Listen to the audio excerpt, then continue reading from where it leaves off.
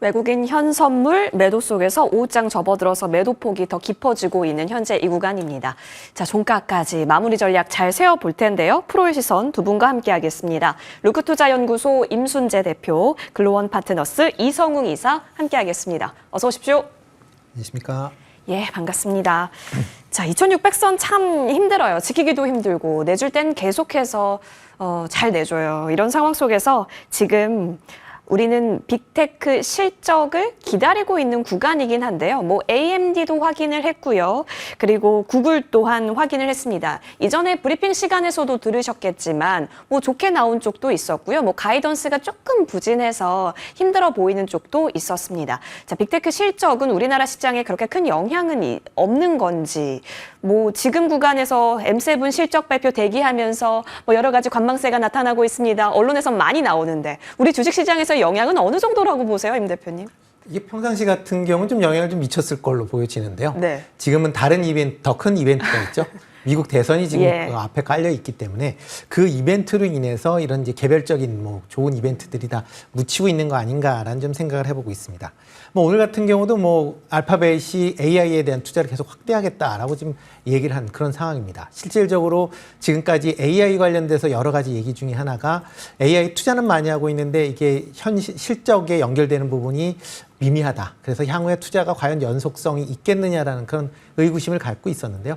오늘 알파벳 실정에서 본다라고 하게 되면 AI를 통해서 본격적으로 매출과 영업이익의 증가세가 이제 눈에 보이기 시작을 했다라는 겁니다. 이와 더불어 AI 인프라에 대한 투자가 향후에도 계속 지속될 것이다. 구글 같은 경우도 내년에는 올해보다 더 AI 관련된 이제 자본적 지출을 늘리겠다라고 얘기를 한 상황이기 때문에 그런 관점에서 보면 AI 관련주들이 상당히 좋은 모습을 보여야 됨에도 불구하고 국내 같은 경우 SK하이닉스를 제외하고 나머지 종목들은 전체적으로 좀 안 좋은 그런 흐름세를 이어가고 있다라고 보시면 되는데요. 일단 그런 부분 실적이 좋아졌다라는 부분도 있지만 미국 대선이 여전히 지금 박빙 승부 내에서 누가 이길지를 모르고 있는 상황이 좀 더 불확실성을 시장에서 키우고 있는 거 아닌가라는 생각을 해보고 있습니다. 결국에는 국내 투자자에게 빅테크의 실적이 의미하는 바가 뭔가 참 고민되게 하는데, 일단 구글 얘기가 나왔으니까 이 질문 먼저 드려볼게요. 오늘 프로의 시선에서 또 인사해 주시게 된 이성웅 이사님, 미소가 굉장히 따뜻하고 좋은데 시장이 같이 그 미소에 화답을 했으면 합니다. 구글 클라우드가 참 좋게 나왔잖아요. 네. 전 사업부가 이분하게 좋았고 클라우드가 킥이었습니다라는 얘기가 나오고 있는데, 그래서일까요? 오늘 개별적인 이슈 붙은 쪽도 AI 소프트웨어단에서 많이 보여졌어요. 근데 많이 잘 알고 계시는 종목들 보면 최저점에서 올라오는 것들도 많거든요. 네. 눈길 줘야 돼요?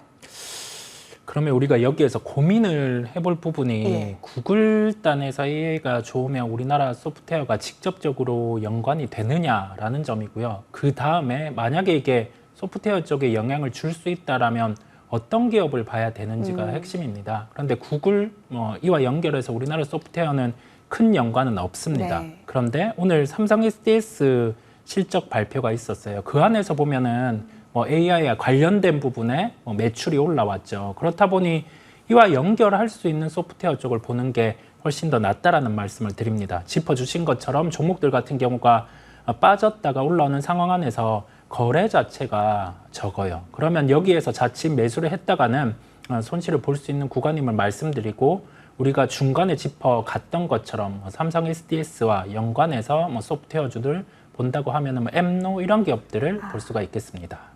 그렇죠. 삼성 SDS와 엠로는 좀 진한 관계다 보니까 종목을 좀 올려놓을 수는 있긴 한데, 사실상 다른 종목군들 대비해서 점수를 어느 정도 줄 수 있는가는 고민일 것 같은데 선순위예요, 후순위예요?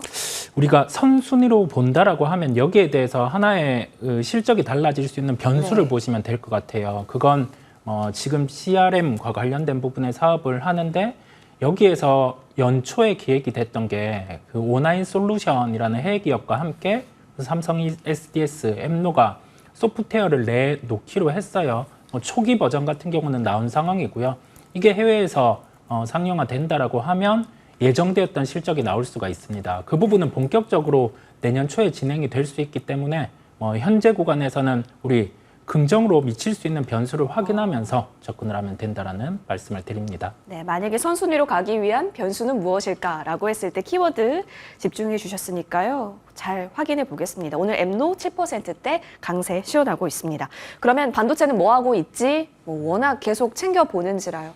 기관이 그래도 삼성전자를 1위에 담고 있는 모습 포착되고요. 10위에 SK하이닉스 같이 보입니다. 하지만 외국계 쪽에서는 삼성전자 오늘은 좀 돌아선 모습이 나타나서 이게 연속성이 있었으면 싶었던 분들에게는 역시 하루 이틀 가지고는 아직까지는 웃을 수가 없겠구나 싶은 생각도 드셨을 거예요. 외국인 순매도에 삼성전자, SK하이닉스 같이 보이는데요. 지금 순매도 리스트 보니까 전반적으로 지수 사이즈가 큰 종목들이 많이 모여 있어요. 그러니까 지금 시총 상위단들을 많이 빼고 있다 이렇게도 확인할 수 있겠습니다. 반도체 얘기 나눠보죠.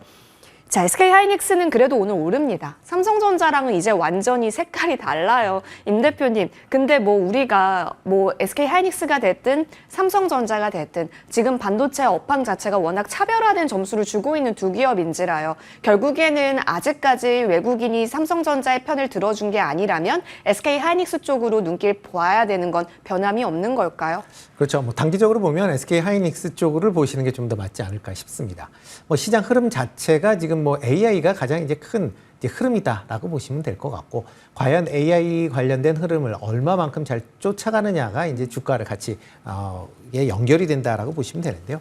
일단 SK하이닉스 관련돼서는 뭐 여전히 HBM3 이 12단에 대한 지금 공급이 이루어지고 있는 그런 상황이고, 뭐 삼성전자는 뭐 현재 계속 소문으로만 뭐 엔비디아의 조건부 퀄 테스트를 통과했다라고 지금 얘기가 나오고 있지만 공식적인 뭐 그런 얘기가 없는 그런 상황입니다.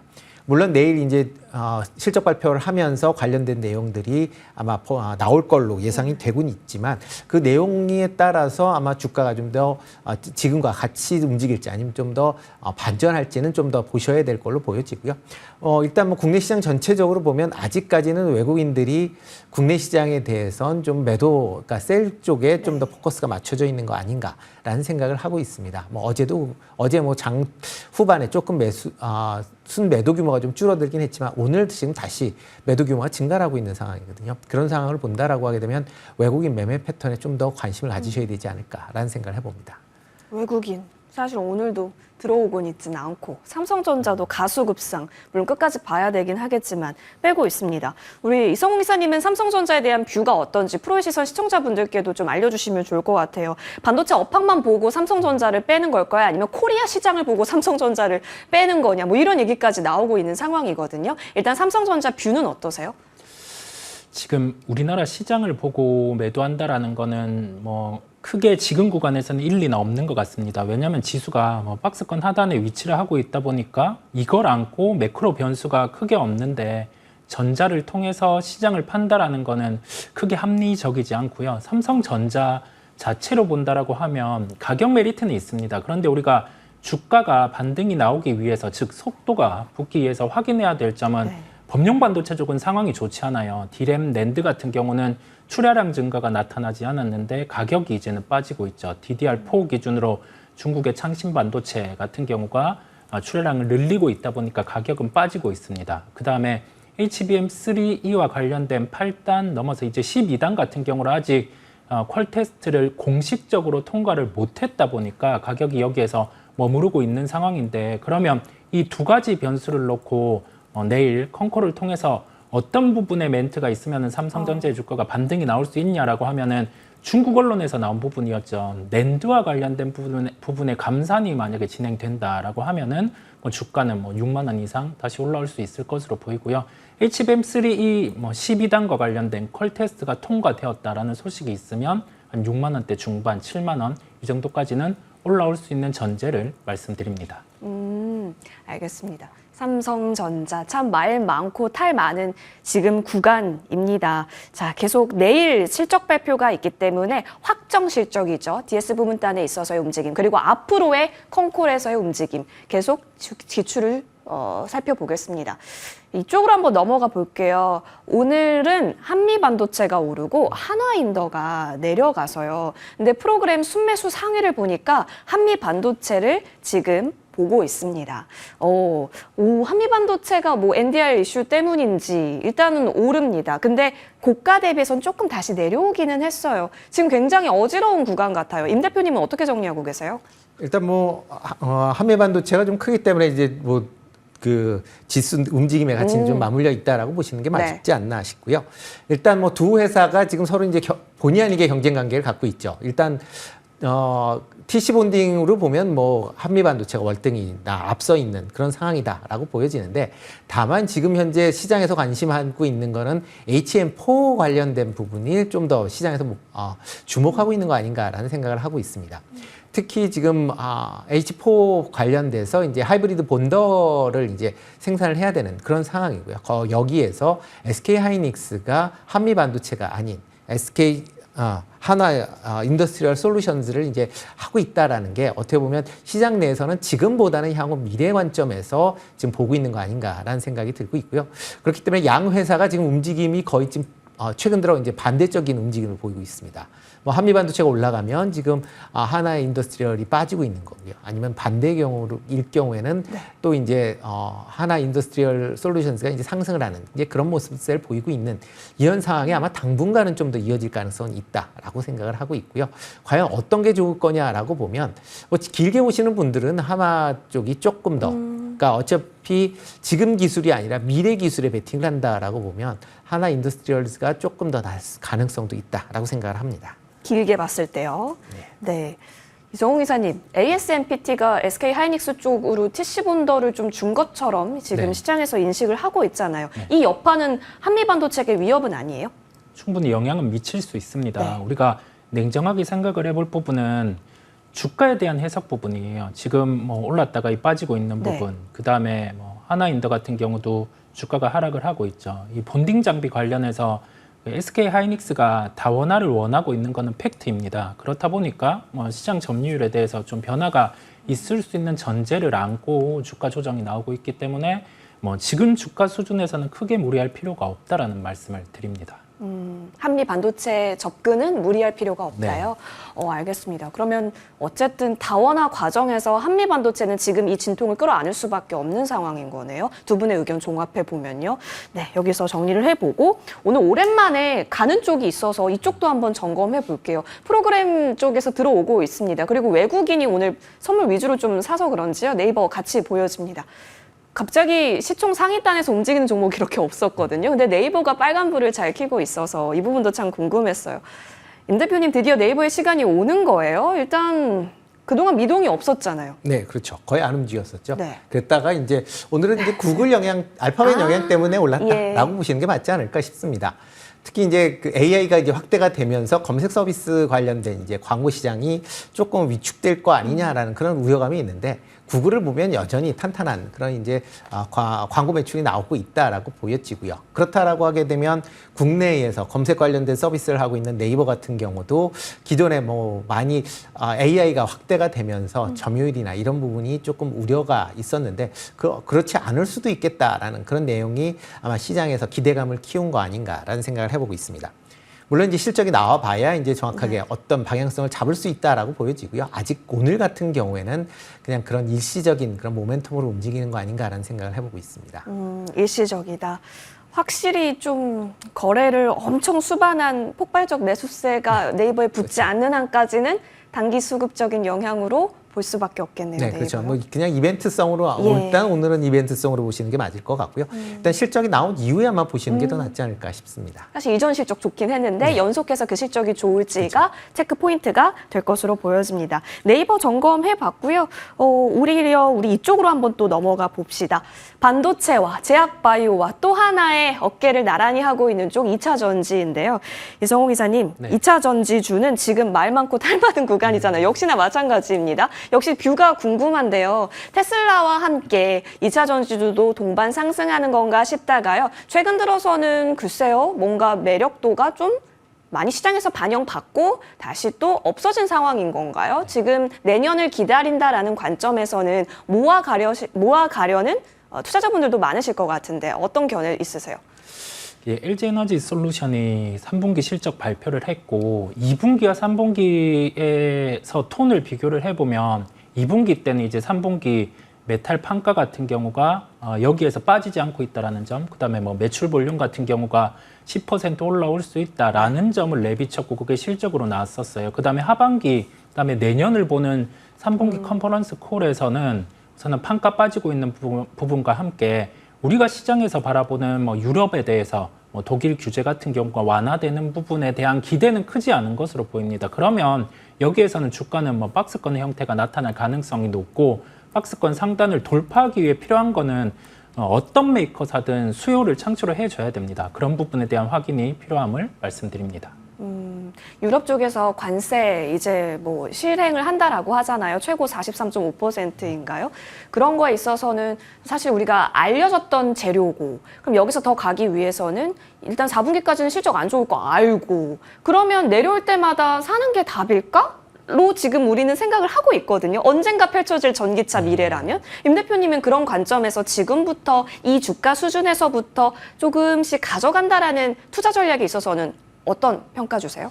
일단은 뭐 지금 2차전지 관련주들이 오늘 좀 빠지는 이유 자체는 이제 삼성 SDI도 그렇고 네. 포스코 홀딩스도 실적이 나왔는데 상당히 좀 부진한 그런 이제 모습을 보였습니다. 그러니까 실적이 부진할 걸로 예상을 했지만 그 시장 예상치를 지금 하회하는 그런 모습을 보이고 있거든요.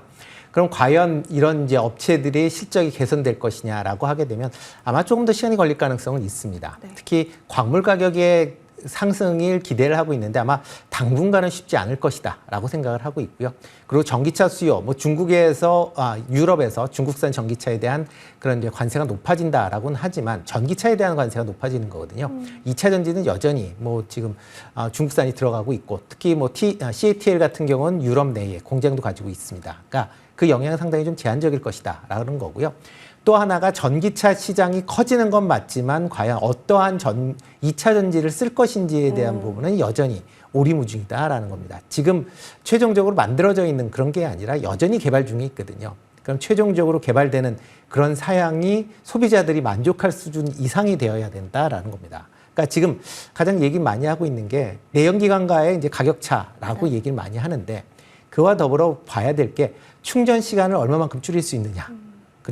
그리고 한 번 충전했을 때 얼마만큼 갈 수 있느냐. 그러니까 최소한 내연기관과 비슷하게는 가야 됩니다. 그러려면 뭐 10분 이내에 충전이 돼야 되고요. 한 번 충전하면 최소한 500km 이상, 600km, 700km 정도 가야 사람들이 이제 전기차를 쓸만하겠다라고 이제 생각들을 한다라는 거죠. 그러니까 그때까지는 일단은 계속 기술 개발이 이루어질 거고 어떠한 형태로 그러니까 지금 현재 만들어져 있는 2차 전지로는 그거를 통과하기는 어려울 거다라고 보는 겁니다. 그러니까 그러면 새로운 기술을 어느 회사가 빨리 적용할 수 있느냐라는 부분을 감안을 해야 되는 거지 단순히 2차 전지 시장이 커진다고 지금 잘 나가는 회사가 그때도 잘 나갈 것이다 라고 판단하기에는 조금 무리가 있지 않나라는 생각을 해보고 있습니다. 그래요? 그러면 지금은 현금이 있다면 2차 전지는 사실상 보류 의견이신 거예요? 그렇죠. 특히 뭐 지금 미국 대선도 어떻게 될지 모르는 상황이고 만약 트럼프 대통령이 된다라고 하게 되면 뭐 일단 2차 전지 관련된 전기차 보조금은 일단 축소나 아니면 폐지가 되겠죠. 그 옆에 붙어 있는 지금 테슬라의 일론 머스크 CEO도 전기차 보조금 폐지해야 된다라는 폐지론자이기 때문에 뭐 그런 관점에서 보면 일단 트럼프 후보가 대통령이 된다라고 하게 되면 그만큼 2차 전지 관련된 기업들은 단기적으로 조금 조정이 불가피하지 않을까라는 생각을 해보고 있습니다. 차라리 그 변동 이후에 볼 거면 보자. 그렇죠. 네, 그렇게 정리해 볼게요. 이성호 기사님 혹시 2차 전지단에 있어서는 그러면 그래도 이 종목만큼은 괜찮다. 사실 업황 부진의 터널이 있었을 때도 실적 잘 나오는 쪽들은 퍼포먼스 엄청났었잖아요. 그런 관점 하에서 찾아볼 수 있는 종목군들 리스트 있을까요? 저도 동의하는 게 대선 변수 확실히 확인을 그래요? 해봐야 되고요. 네. 그 이후에 만약에 뭐 지금의 IRA 보조금이라든지 그런 부분에 터치가 없다라고 하면 여기에서는 그래도 배터리 셀 쪽을 먼저 보는 게 맞고요. 이 46 시리즈 배터리 같은 경우에 진행이 빠른 쪽, 이 LG 에너지 솔루션이다 보니까 딱 박스권 플레이 부분을 열고 말씀을 드립니다. 알겠습니다. 대선 변수는 가장 확인해야 할 요소. 근데 만약에 무탈하다 싶으면 셀사 쪽, 특히 4680 라인 관련한 그 특정 관련주는 한번 같이 보자라는 의견 주셨습니다. 자, 진짜 대선 얘기가 쭉 나오고 있는데요. 트럼프 트레이드 쪽으로 오늘 시선이 많이 쏠렸습니다. 뭐 방산과 재건이 같이 가는 움직임도 여러분 오늘 목격하셨을 오후장이지 않았을까 싶은데요. 기관 순매수 상위 보니까요. 뭐 방산도 같이 보이고 경영권 분쟁도 보이고 등등 확인됩니다.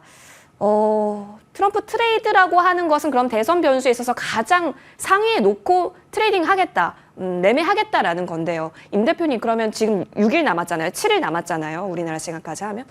그러면 그때까지는 계속 이런 장세다라고 판단하고 가야 되는 거예요? 그렇게 생각을 하고 아마 투자를 하시는 게 좀 더 낫지 않을까 싶습니다. 그러니까 물론 대선이 지금 박빙이기 때문에 특히 이제 미국 대선 과정에서 네. 뭐 우편 투표 같은 것들이 있어서 뭐 다음 주 중에 과연 결정이 될 거냐라는 또 의견도 있고 아마 더 미뤄질 수도 있다라는 얘기들은 하고 있지만 기본적으로 이제 다음 주 일단 수요일 정도 되면 어느 정도 방향성은 잡히지 않을까라는 생각을 하고 있고요. 그 전까지는 계속 이제 어느 후보가 될지는 모르기 때문에 지금 뭐 좀 여론조사가 발표됨에 따라서 지금 뭐 시장 전체적으로 좀 출렁거림이 좀 강할 가능성은 좀 있고요.